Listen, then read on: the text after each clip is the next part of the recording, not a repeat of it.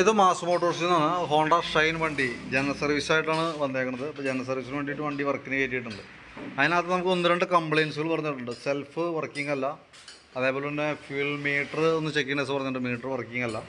അതിനകത്ത് മീറ്ററിനകത്തൊരു bulb complaint ഉണ്ട്, side stand weld ചെയ്യാനുണ്ട്, ഇൻഡിക്കേറ്റർ സൗണ്ട് ചെക്കപ്പ്, ഓയിൽ ചെക്കപ്പാണ് പറഞ്ഞാണ്. അതേപോലെ തന്നെ ന്യൂട്രൽ ലൈറ്റ് ഒന്നും തെളിയുന്നുണ്ടായില്ല. അതായത് മീറ്ററിനകത്ത് ആ ന്യൂട്രൽ ലൈറ്റിൻ്റെ പച്ച ലൈറ്റൊന്നും തെളിയുന്നുണ്ടായില്ല. അപ്പോൾ അത് നമ്മൾ ഡീറ്റെയിൽ ആയിട്ട് സർവീസിന് വണ്ടി കയറ്റിയിട്ടുണ്ട്.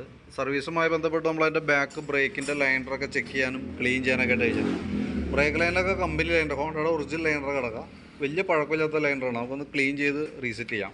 ബാക്ക് ടയറിൻ്റെ കണ്ടീഷനൊക്കെ അത്യാവശ്യം നല്ല ടയർ കിടക്കുന്നത്, വലിയ പഴക്കമായിട്ടില്ല, പുതിയ ടയർ കിടക്കുന്നത്. ചെയിനൊക്കെ ഇച്ചിരി ലൂസ് ഉണ്ട്, അത് നമുക്ക് ടൈറ്റ് ചെയ്യാനുണ്ട്.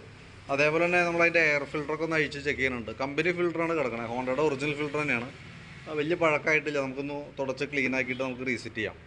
പിന്നെ അതേപോലെ നമ്മളതിൻ്റെ ബാറ്ററി ഒന്ന് ചെക്ക് ചെയ്ത് പോകുന്നുണ്ട്. ബാറ്ററി ചെക്ക് ചെയ്യുന്ന സമയത്ത് നമുക്ക് അതിൻ്റെ വോൾട്ട് കാണിക്കുന്നത് 12.99 റേഞ്ചിൽ വോൾട്ട് ഇട്ടുണ്ട്. ബാറ്ററി നമ്മൾ ടെസ്റ്റ് മോഡിലേക്ക് കൊടുത്തിട്ടുണ്ട്. ടെസ്റ്റിലേക്ക് കൊടുക്കുമ്പോൾ ഓക്കെ ആയിട്ടാണ് കാണിക്കണേ. സെൽഫിൻ്റെ കംപ്ലയിൻറ്റ് പ്രത്യേകം പറഞ്ഞിട്ടുണ്ട്. സെൽഫിൻ്റെ കംപ്ലയിൻറ്റ് ഉണ്ടാകാനുള്ള കാരണം വെച്ചാൽ വയറിംഗ് കിറ്റിൻ്റെ വണ്ടിയുടെ ഹാൻഡിൽ റൊട്ടേഷൻ വരുന്ന ഭാഗത്ത് വയറിംഗ് കിറ്റിനകത്ത് ഈ ലൈനുകളൊക്കെ പൊട്ടിക്കിടക്കാം. അതുകൊണ്ട് തന്നെയാണ് സെൽഫ് വർക്ക് ചെയ്യാത്തതും ന്യൂട്രലിൻ്റെ ലൈറ്റ് തെളിയാത്തതിൻ്റെയും കാരണം അതാണ്. അപ്പോൾ അത് നമ്മൾ കൂട്ടത്തിൽക്കൂടെ നമുക്ക് ക്ലിയർ ചെയ്യാം. വയറിങ് നമുക്ക് സോൾഡർ ചെയ്തിട്ട് വേണം കണക്ട് ചെയ്യാൻ. കാരണം അതല്ലാന്നുണ്ടെങ്കിൽ കുറച്ചൊരു എക്സ്റ്റൻഷൻ കൊടുത്തിട്ട് സോൾഡർ ചെയ്തിടണം. കാരണം അതല്ലാന്നുണ്ടെങ്കിൽ ഹാൻഡിൽ തിരിയണ സമയത്ത് വീണ്ടും വലിഞ്ഞ് പൊട്ടിപ്പോവും. അപ്പോൾ എന്തായാലും ഈ വയറുകളൊക്കെ പൊട്ടും വലിയ താമസമില്ലാതെ കൊണ്ട്. കാരണം എന്താ വെച്ചാൽ ഇപ്പോൾ നമ്മൾ ഒരുവിധം ഉള്ളത് വലിച്ചു നോക്കുമ്പോൾ ഉണ്ടായത് നമ്മളാണ് ചെയ്തു പോകുന്നുണ്ട് കേട്ടോ. പിന്നെ അതേപോലെ നമ്മൾ അതിൻ്റെ എൻജിൻ ഓയിലിൻ്റെ കേസ് നമ്മൾ ചെക്ക് ചെയ്യുന്ന സമയത്ത് എൻജിൻ ഓയിൽ ചെക്കപ്പാണ് പറഞ്ഞിരുന്നത്. പക്ഷേ നമ്മൾ ഓയിൽ അഴിച്ചു വിട്ടിട്ടുണ്ട്, ലെവൽ കാണുന്നുണ്ടായില്ല. ഇതിനകത്ത് നോക്കുമ്പോൾ നമുക്ക് ആകെ കൂടി ഒരു 50 മില്ലി ഓയിലാണ് ആകെ എൻജിനിലുള്ളൂ. അപ്പോൾ നിലവിൽ വണ്ടിയുടെ എൻജിൻ ഓയിലില്ലാതെയാണ് ഓടിക്കൊണ്ടിരുന്നത്. എൻജിൻ അതിൻ്റേതായിട്ടുള്ള ചൂട് കാര്യങ്ങൾക്ക് വണ്ടിക്ക് വന്നിട്ടുണ്ടാവും. അതുപോലെ തന്നെ തേയ്മാനം വന്നിട്ടുണ്ടാവും, ഫ്രിക്ഷൻ കൂടും. അപ്പോൾ അങ്ങനെ വരുമ്പോൾ സ്വാഭാവികമായിട്ട് തേയ്മാനം കൂടും, എൻജിൻ ഓവർ ഹീറ്റിങ് കാര്യങ്ങളൊക്കെ വരും. നിലവിൽ വണ്ടിക്ക് ഓടിച്ചു നോക്കുമ്പോൾ പ്രത്യക്ഷത്തിൽ എൻജിൻ്റെ ഭാഗത്തുനിന്ന് പ്രോബ്ലം ഒന്നും ഫീൽ ചെയ്തിട്ടില്ലെങ്കിൽ കൂടി നിലവിലിപ്പോൾ നമുക്ക് എൻജിൻ ഓയിൽ വളരെ ലോ ആയിട്ടാണ് കാണുന്നത്. 50 മില്ലി എന്നൊന്നും പറഞ്ഞു കഴിഞ്ഞാൽ എൻജിൻ്റെ ഓയിൽ പമ്പിലേക്കൊന്നും ടച്ച് ആവാനുള്ളത് പോലും ഇല്ല.